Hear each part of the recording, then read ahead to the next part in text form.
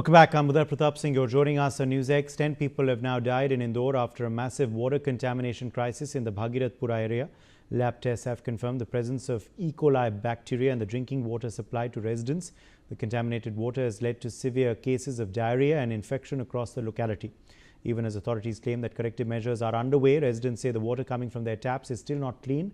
Many are afraid to use it even for basic daily needs, while hospitals continue to treat a large number of patients affected by the outbreak. This has now turned into a full-blown public health crisis in the city.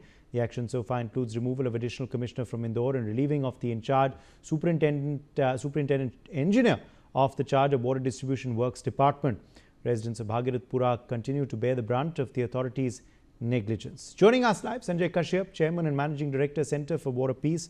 Padma Shri Sanjeev Bagai, Chairman Efron Clinic, is also with us live. PSV Rao, Dr. PSV Rao, Consultant Surgeon, Manipal Hospital, Hebal, Bengaluru, is joining us live. Indrashekhar Singh is also with us on the broadcast, Agri Policy Analyst. Let me make a start with you first. In fact, Sanjay Kashyap, because of the huge uproar, action has now been taken against certain officials. They have been obviously shift. So the onus of the responsibility to maintain the sewerage and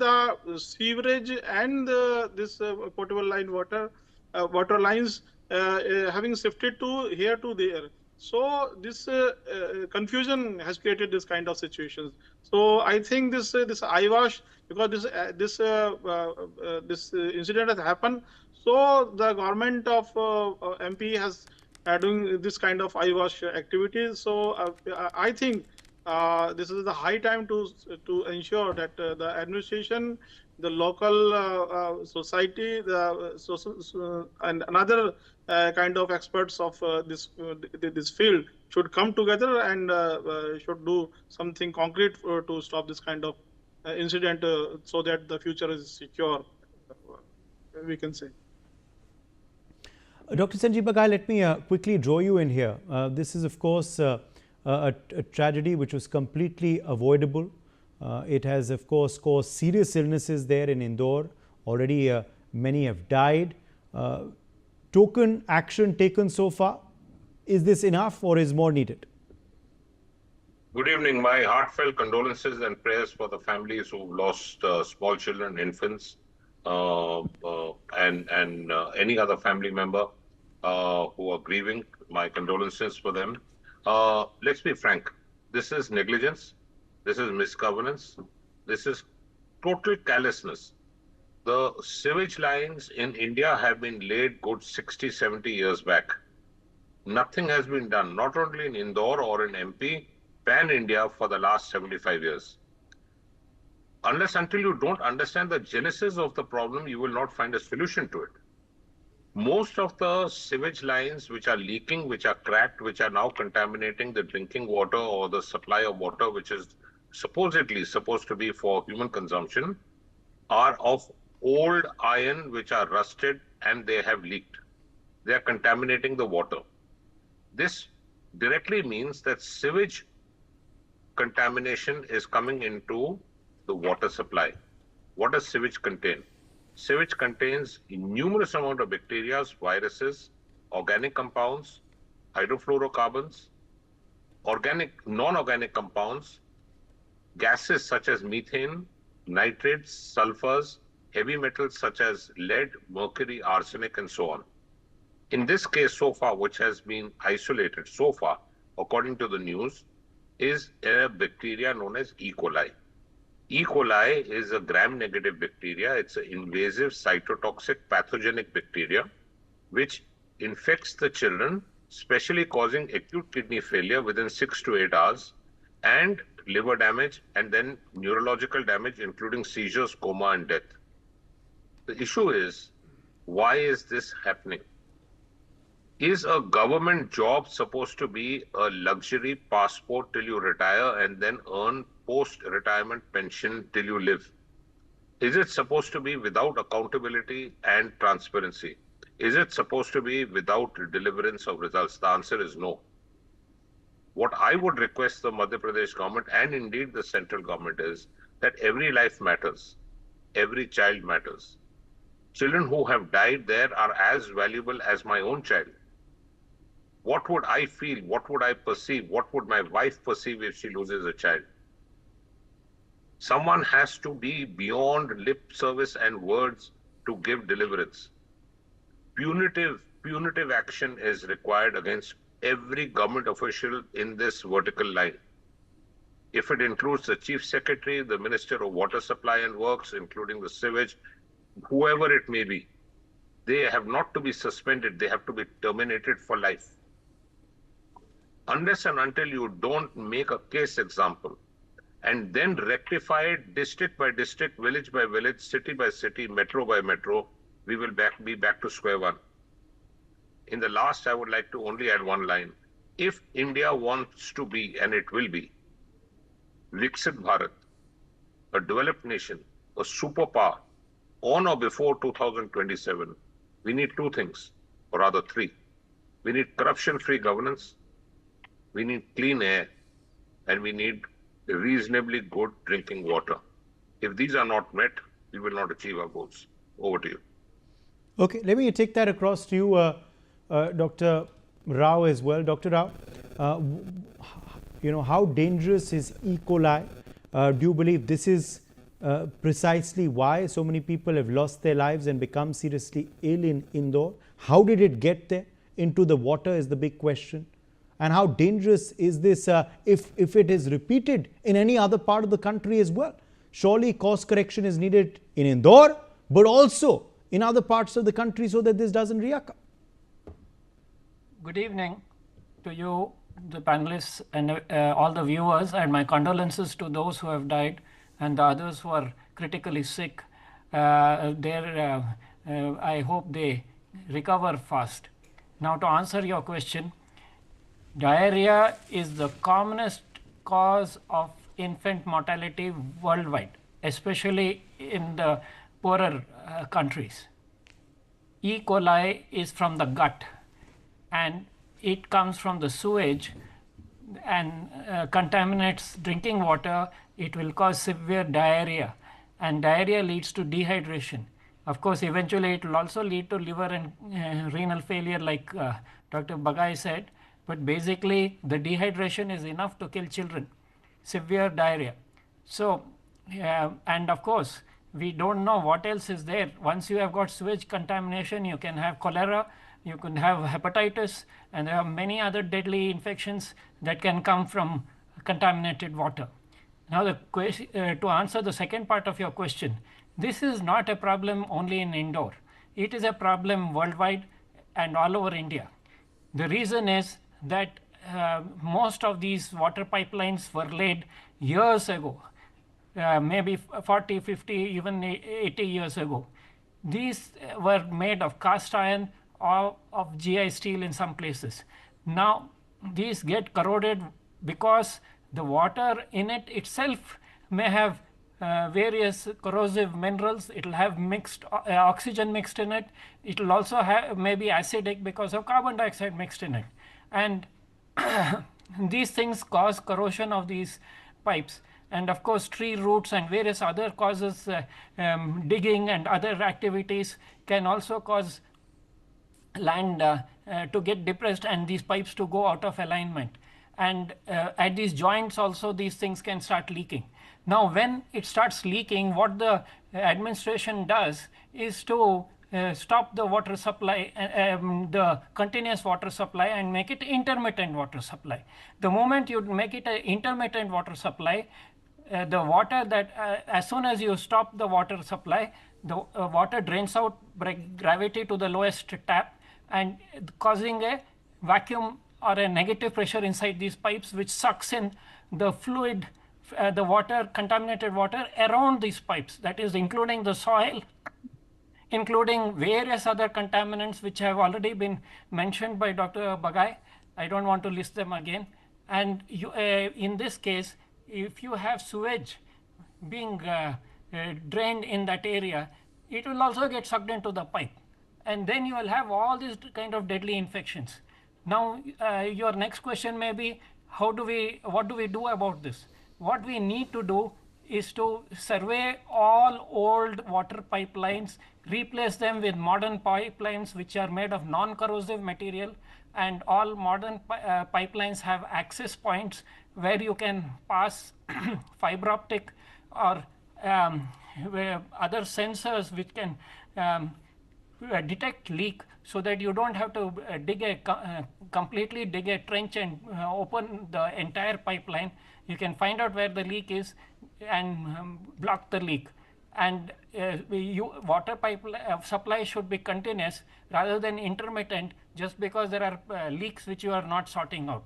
So this is essential. We now have all kinds of equipment to detect leaks. You see, traditionally, whenever the sewage pipeline gets blocked or starts leaking, it obviously creates a stink, and then the public around it also start creating a stink about it, and they will go dig it and replace it.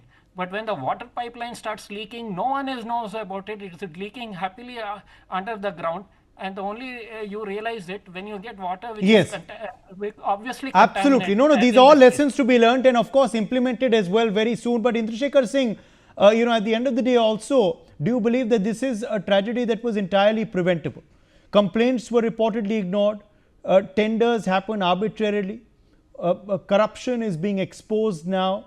At the end of the day, this was a tragedy that could have been avoided, Indrashekar. Uday, I would even say that this tragedy was designed, because when we look at the entire state of the water systems in India, let's talk about the water system of India, from our rivers to our catchment areas, to agricultural chemicals, to sewage.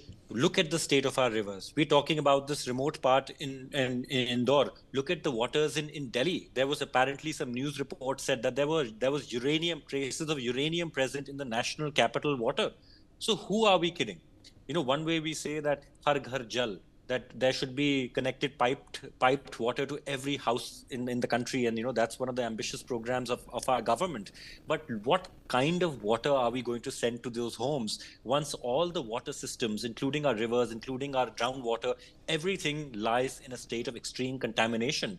Today, our natural resilience is not ready to take the kind of pollutant load that's put upon it. Our rivers, look at the Namami Gange program. Where is the money? Where is the pollution? You will find that there is a disjunction. It's a very sad evening. It's a very mournful evening that we have to debate people dying of E. coli and children dying of E. coli in this year, 2026. That's one of the first news things that come to mind. So it's extremely remorseful. It's extremely bad to know this. And the system is for polluting water. It doesn't matter which government. Every government following the industrial model of development treats nature as something to exploit and something to loot. And right now, all of us are paying the price for it. So it is by design. It is because of corruption. And at the end of the day, Dr. Bagai, there is now this fear in Indore.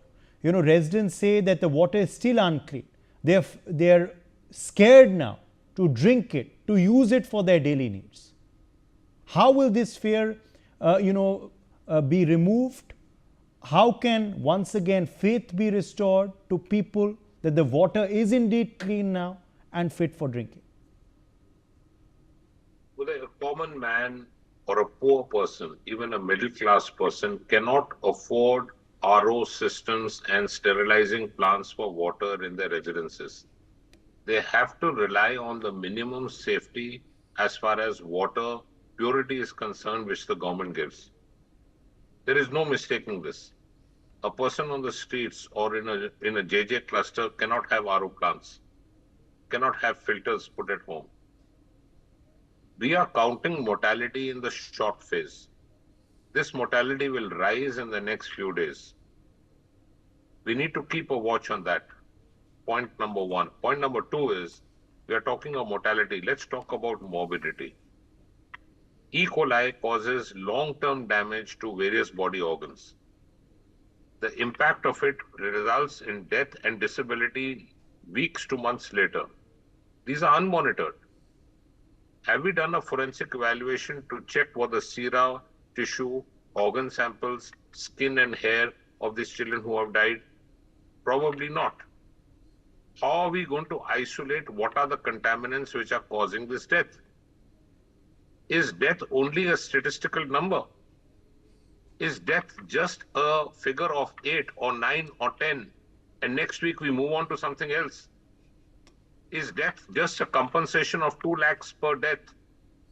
That's ridiculous. What would I feel? What would I do if I lose a family member because of contaminated water? That's the feeling which every Indian national must have. We are paying our taxes. We are law-abiding citizens. We are fearless. We want clean air. We want clean drinking water. And we want corruption-free governance. Period. Over to you. Let me draw back in Sanjay Kashyap now. Sanjay Kashyap, obviously, what has happened in Indore must not now happen in any other city across India. How do we ensure that, Sanjay Kashyap? First of all, I'm appreciating what suggestion Dr. Sanjeev Bagaya said, gave to us. The corruption is a key to cure all this kind of casualties or all kinds of situations which are actually happening pan that in the sector here. That is the situation of the pan India. So first of all, the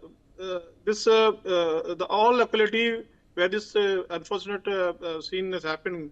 So we must have to supply the potable water, whether it is on the cost of industrialization, stopping the all production for the, because this is a mixed locality of the industry is very much near. So it is not confirmed that whether it is a leakage of a public toilet or it is something coming from that something another industrial establishment. So first of all, we have to ensure the clean water supply to that particular locality and nearby locality, because as Dr. P.S. Venkatrao said, that this is a virus or bacteria has moved further to another locality. So we have to ensure the good whether it is a RO water, whether it's a bottled water. So we have to supply first. So another thing, what I said, because I come from as an activist for fertility. So we have to refocus our priorities as far as the water is concerned.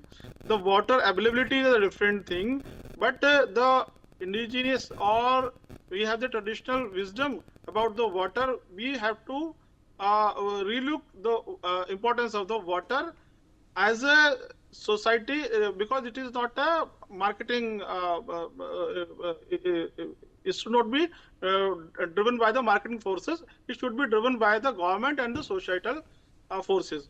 So when the water is available, because we know that the water is a divine element, so we must give the honor to water, so that if the society and the government understood that exactly the water is the divine element and it should be, then the society have the right to have the water equally and good quality, then the policy will definitely will work for this kind of situation and this kind of incident will not happen. I think so. Okay. All right. Let me leave a last word with you, Dr. Rao, before I take a break. Dr. P.S. Rao. Yes. Closing comments. The tragedy is that this is a highly preventable problem which is happening, and because of the large number of deaths, this has got the kind of public awareness that so many other such deaths around India never get. This is why I said it is high time that we need, like Dr. Bagay said, a corruption-free governance, and the people who are concerned with water supply have to get down to check out all old water supply pipelines. And most of these municipalities don't even have a map of where their pipeline is. They don't even know where the pipeline is. They better now map it out, check it out, and use all these modern conveyances. The pipelines need to be replaced, all the old pipelines which are corroded and leaking, and we should have continuous, safe water supply. And in this case and in many other cases, the contamination is occurring in the supply line, but we have also to secure our main water sources and have them also free and nice. If you remember, recently the Seine river was cleaned up for the sake of swimming. We should have those kind of cleaning up, and we should have safe water supply. Okay, 20 Water seconds, is the elixir of Indrashekhar life. Singh. Indrashekhar Singh, 20 seconds. To go back to our traditional ways of water rejuvenation, that's the only way that is economical, also ecological, and suited to our landscape. Our ancestors have did it. We need to reapply that logic with a modern approach. Thank you so much. That's the only way we can save our water and make it divine again. All right, For I'm taking water a very is life. Yes, I'm taking a very short break. We've run out of time. My thanks to all of our guests for joining us on this discussion. The news continues on the other side on NewsX.